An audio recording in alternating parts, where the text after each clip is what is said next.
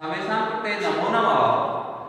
विवेकानन्द इत्यकाले दानित्र अल्मोड़ायां भवतां समेषां हार्दं हार्दं स्वागतं व्यवहरामि। अद्य संस्कृते व्याकरणे वर्णोच्चारणस्थानानि पठामः। तो वर्ण उच्चारण स्थानानि, वर्णों के उच्चारण स्थानों को पढ़ेंगे। तो पहले ये जानें कि वर्णों का उच्चारण स्थान होता क्या है। जब हम कोई भी वर्ण को या कोई भी शब्द, कोई भी ध्वनि हमारे मुंह से निकलती है, तो उस ध्वनि के निकलने में हमारे मुंह के किसी न किसी भाग का स्पर्श होना, किसी न किसी भाग का स्पर्श होता ही है। कभी जिह्वा दांतों का स्पर्श करती है, तो कभी जिह्वा और ऊपर तालु का स्पर्श करती है, कभी मूर्धा का स्पर्श करती है, और कभी जिह्वा किसी भाग का भी स्पर्श नहीं करती, अर्थात सीधे ध्वनि कंठ से निकलती है। और कभी ओष्ठ, जैसे हमने क, ख, ब, भ, म कहा, तो ओष्ठ का स्पर्श होता है। तो इसमें देखते हैं वर्ण उच्चारण स्थानों को पढ़ने से पहले एक छोटा सा उदितों को पढ़ेंगे। हमें उदित क्या है? कुचुटुकु है क्या?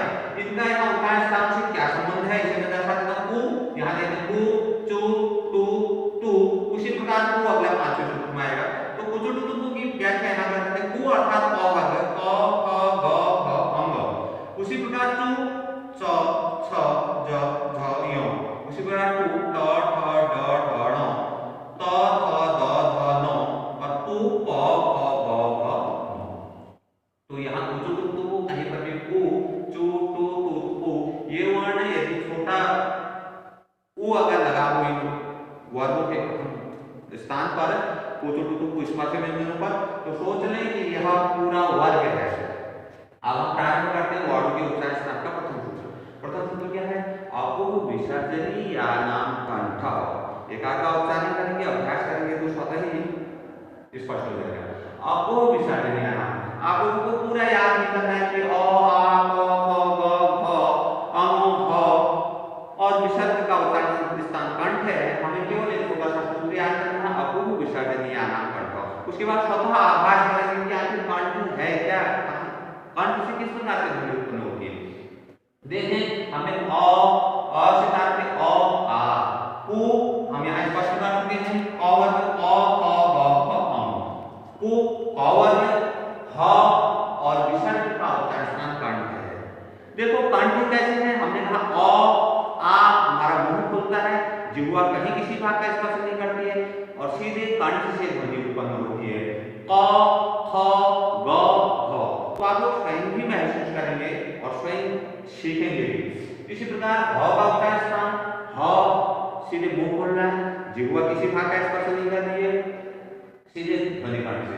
इसी प्रकार विसर्ग का उच्चारण स्थान भी कुछ विद्वान कंठ बताते हैं। जैसे हमें विसर्ग बाल कह कहा तो हमारे कंठ में भी थोड़ा ध्वनि कंठ से स्पर्श हुई, थोड़ा सा झटका कंठ पर भी लगा। उसी प्रकार से कुछ विद्वान क्या कहते हैं कि विसर्ग का उच्चारण स्थान जो है वह स्तनों के ऊपरी भाग को मानते हैं, अर्थात और हमारे वक्ष स्थल हृदय के ऊपरी भाग को भी कुछ विद्वान मानते हैं। जैसे हमने कहा बालकः, मोहनः। जब इस प्रकार के हम शब्दों का प्रयोग करते हैं तो आप अपने वक्ष स्थल पर हाथ रखें, देखें कि थोड़ा सा झटका जैसा महसूस होगा। तो इसलिए कुछ विद्वान कहते हैं कि विसर्ग का उच्चारण स्थान उर है, हृदय के ऊपरी भाग है, जहां पर हमारे स्तन होते हैं, वह स्तनों के ऊपरी भाग को भी माना गया है। इसी प्रकार दूसरा सूत्र इचुईसानां तालु। इचुईसानां तालु, इ चु, च, छ, ज, झ, य। चु को हम यहाँ स्पष्ट कर चुके थे, च वर्ग, च, छ, ज, झ, य।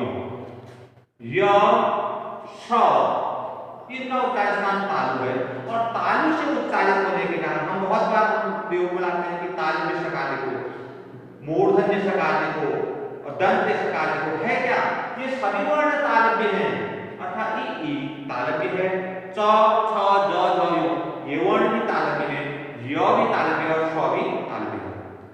थोड़ा सा ध्यान दें कि तालु है कहाँ, हमारे मुंह के अंदर कौन सा भाग तालु है? दांतों के ठीक ऊपर स्थित जो एक खुरदरा भाग है हमारा, उसे तालु कहते हैं। हमारी जिह्वा क्या करती है कि इस तालु का स्पर्श करती है। आप देखें च, छ, ज, झ, य बोले और देखें कि जिह्वा कहाँ स्पर्श कर रही है, और आवाज हो जाएगा कि तालु कौन सा भाग है। उसी प्रकार से अगर हमें तालु से उच्चारित होने के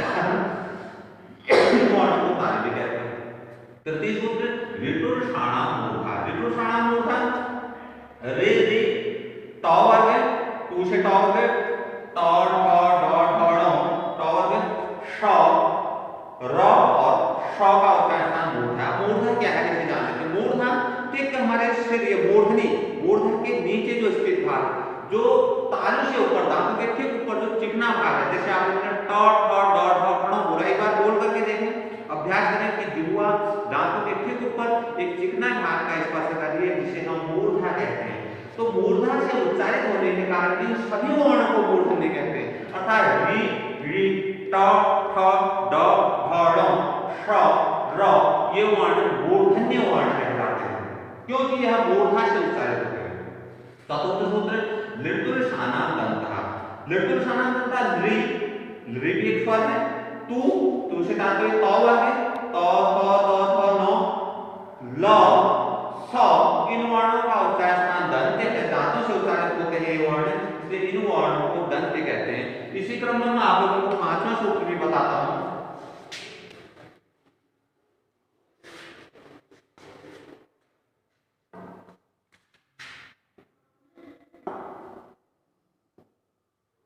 उपपदमान्यानां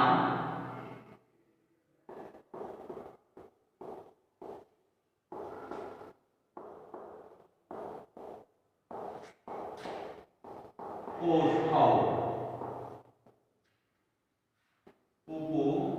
उपपदमान्यानां ओष्ठौ।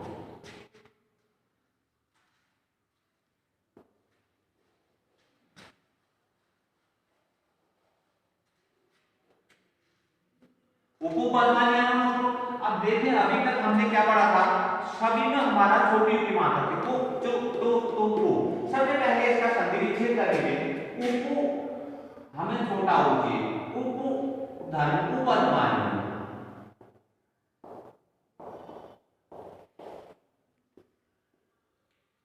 अब उपु की व्याख्या कर दें, उ का अर्थ क्या उ से तात्पर्य प वर्ग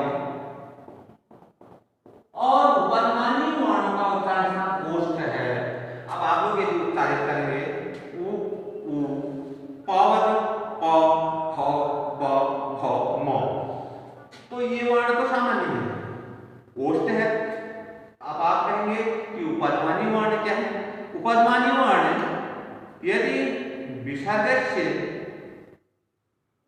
परे प सति विसर्ग से उपपदमानी संज्ञा भवति, अर्थात जब विसर्ग के बाद प या फ आ जाए तो विसर्ग के स्थान पर अधूरा प या अधूरा फ हो जाता है। उदाहरण के लिए उपपदमानी वर्ण क्या है, जब विसर्ग के बाद जैसे मैंने कहा नमः पार्वती पतये, अब नमः विसर्ग के बाद प वर्ण आया तो विसर्ग की उपपदमानी संज्ञा होती है। किस प्रकार से, नमः पार्वती पतये।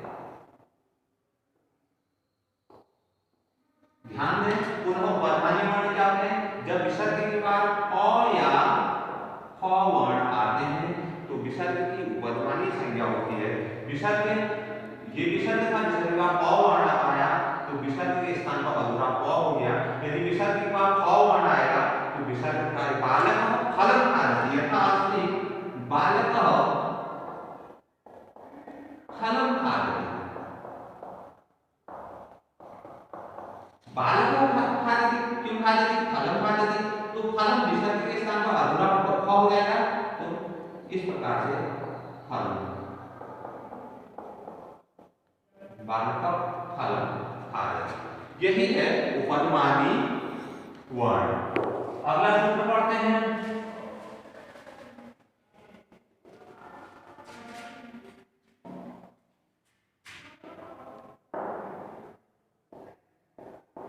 वकारस्य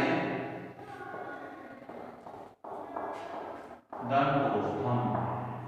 वकारस्य दंतोष्ठम केवल एक व ऐसा वर्ण है जिसका उच्चारण दंत और ओष्ठ है। केवल इस दंतोष्ठम के अंतर्गत एक ही वर्ण आता है, वकारस्य दंतोष्ठम। अगले दो सूत्रों को और पढ़ते हैं, छोटे छोटे सूत्र हैं, इनको भी पढ़ते हैं। देखो कंठ तालु। वैसे हम इन सूत्रों को पूर्व में पढ़ चुके हैं, फिर भी ये सूत्र पहले आ चुके हैं 5 सूत्रों के अंतर्गत, फिर भी यहाँ पृथक से भी जान लेते हैं। ए देखो कंठ तालु, ए देखो ए और दै अर्थात आई, इनका उच्चारण स्थान कंठ और तालु है। अभी मैंने कहा कि हम इनको पहले पढ़ चुके हैं, हमने पहले कंठ भी पढ़ लिया, तालु भी पढ़ लिया। किस प्रकार से ए वर्ण किन दो वर्ण से मिलकर बना है, अ धन ई बराबर ए होता है। अ का उच्चारण स्थान हमने सबसे पहले पढ़ा अभु विसर्जन या नाम कंठ, तो अ का उच्चारण स्थान कंठ है, द्वितीय नाम तालु, ई का उच्चारण स्थान तालु। इसलिए ए देखो कंठ तालु एक पृथक सूत्र भी है, आगे यहां से भी ज्ञात कर सकते हैं और वैसे उधर से भी देख सकते हैं। अगला सूत्र है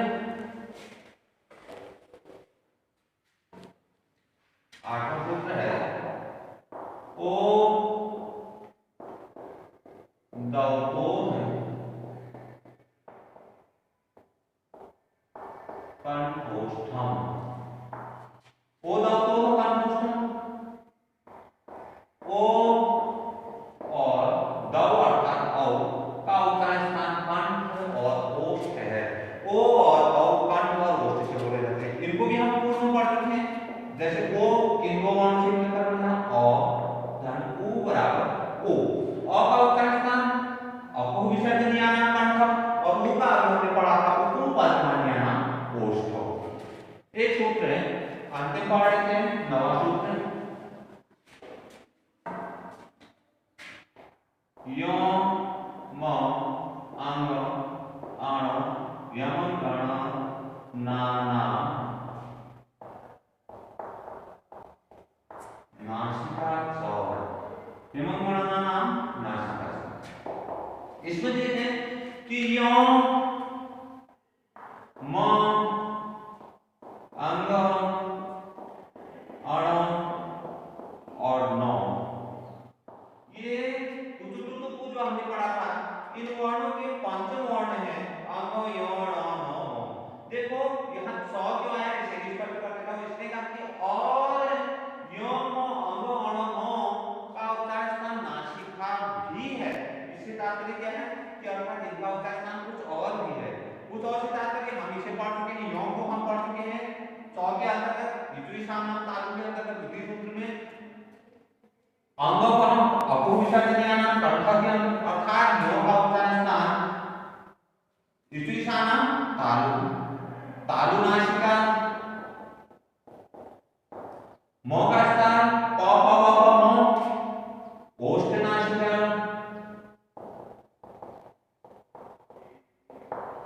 अंग का कंठ नासिका, अणु का ऋटुर षाणा मोटा मोटा नासिका और नौ का दंत नासिका। इसलिए इस सूत्र में च वर्ण का प्रयोग किया गया है कि यह उच्चारण स्थान कहीं और से भी बोले जाते हैं, अर्थात यह तालु ओष्ठ कंठ मूर्धा इनसे भी उच्चारित होते हैं। अस्तु सर्वेभ्यो पुनः नमः।